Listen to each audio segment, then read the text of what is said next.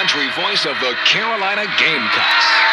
1390 WCSC Charleston. I'm Charlie Davis. Coming up on CSC News, authorities' predictions have come true. Accused kidnapper Larry Gene Bell has now been charged with murder.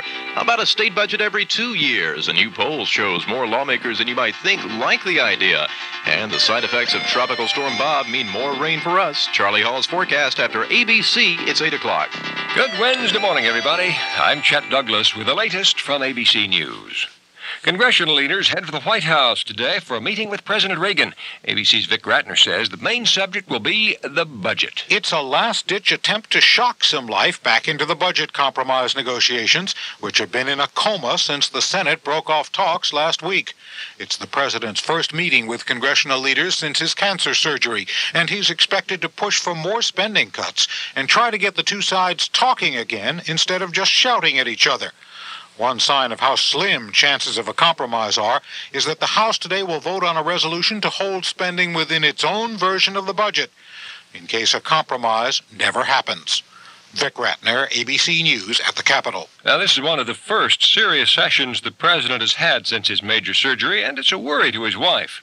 First Lady Nancy Reagan says she has to hold the president down because he's so eager to go back to work. Last night, Ms. Reagan filled in for her husband with some of the hosting duties at a state dinner for the president of China. Mr. Reagan went to bed early so he could keep up with his rest. I'll have more for you after this. Boy, do I need help. Hire a kid. Can't afford to. It's a new program that pays up to 50% if I'm the... Now there is help for the unskilled jobless and for businesses that would like to hire them but simply cannot afford the cost of training them. Under a new program called the Job Training Partnership Act, the government shares training costs when a business hires and trains the unemployed. The program provides up to 50% of on-the-job training salaries, plus tax credits. It's administered by local business and tailored to meet local needs. For more information, write the National Alliance of Business, Post Office Box 7207, Washington, D.C. That's National Alliance of Business, Box 7207, Washington, D.C. Remember, they want to work. You train them. The program will help pay for it. This message is a public service of the National Alliance of Business and the Advertising Council. Actor Rock Hudson is in the American hospital in Paris, but there's still no official word about what's wrong with him. The first reports that came from a spokesman for the actor in Los Angeles said he had inoperable liver cancer, and he also indicated that Hudson might have been being examined for AIDS. Now, though, hospital spokesmen in Paris have denied the AIDS link, and they're not saying much else about his problems either. More examinations, they'll have more later. If you wonder what it's going to cost you the next time you go to the grocery store, the government has some pretty encouraging news, actually. The Agriculture Department says food prices are likely to continue only a modest upward creep for the rest of the year.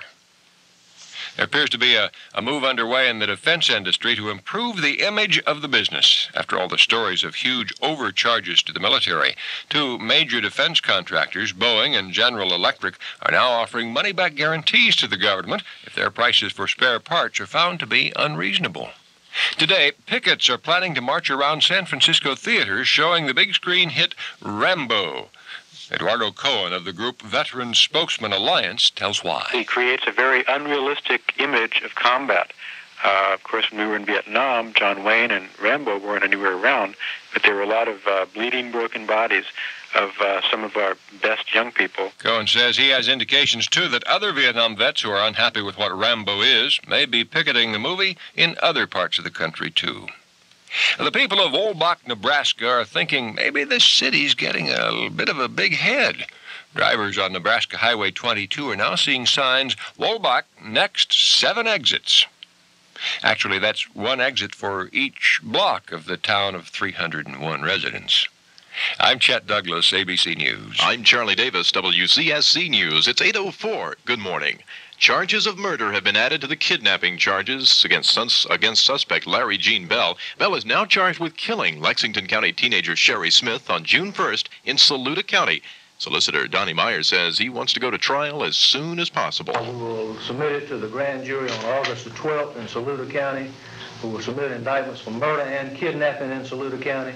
and we will call up a trial the next term of court in November unless we can get a special term of court before that. Bell is also charged with kidnapping a Richland County girl 2 weeks after the Smith kidnapping. That Richland County girl was also found dead, but he's not been charged with her murder. A South Carolina network poll of the State Senate Judiciary Committee shows the majority favors a 2-year state budget. Committee Chairman Marshall Williams of Orangeburg says the proposed constitutional amendment would mean shorter legislative sessions and more responsibility. He's appointed Richland Senator John Corson to chair a subcommittee that'll study Corson's bill, mandating sessions no longer than 40 days. Corson hopes to have compiled information by this fall. What we're trying to do on the subcommittee is to meet, the subcommittee meets sometime right after Labor Day to explore the mechanics of how North Carolina and Georgia operate their General Assemblies. Williams says the 2-year budget amendment will be one of the first items considered by the committee next January. Well, as you slosh your way to work this morning, Sandy Barnes has the word on rush hour traffic. And the bridges aren't doing so well this morning. Both the bridge tenders at the Wapoo and the Ashley River Bridge say the traffic is heavy and slow moving. Nothing seems to be holding it up, though, but you need to allow some extra time. That's on the Wapoo Bridge and the Ashley River Bridge, heavy, slow-moving traffic. Sandy Barnes, WCSC Traffic Watch. Halting hospital intruders. That story's next. Hello. I'm calling about the new cellular mobile telephone from United Telespectrum. It's a car phone with some brand new advantages. You don't have to wait in line to make a call, and voices are always clear and crisp, as you can hear. I'm talking to you from a cellular phone right now. Why don't you give us a call about your new freedom of speech from United Telespectrum? Nice talking to you. See United Telespectrum products at American Phone Center, Citadel Mall, or call 1-800-232-7070.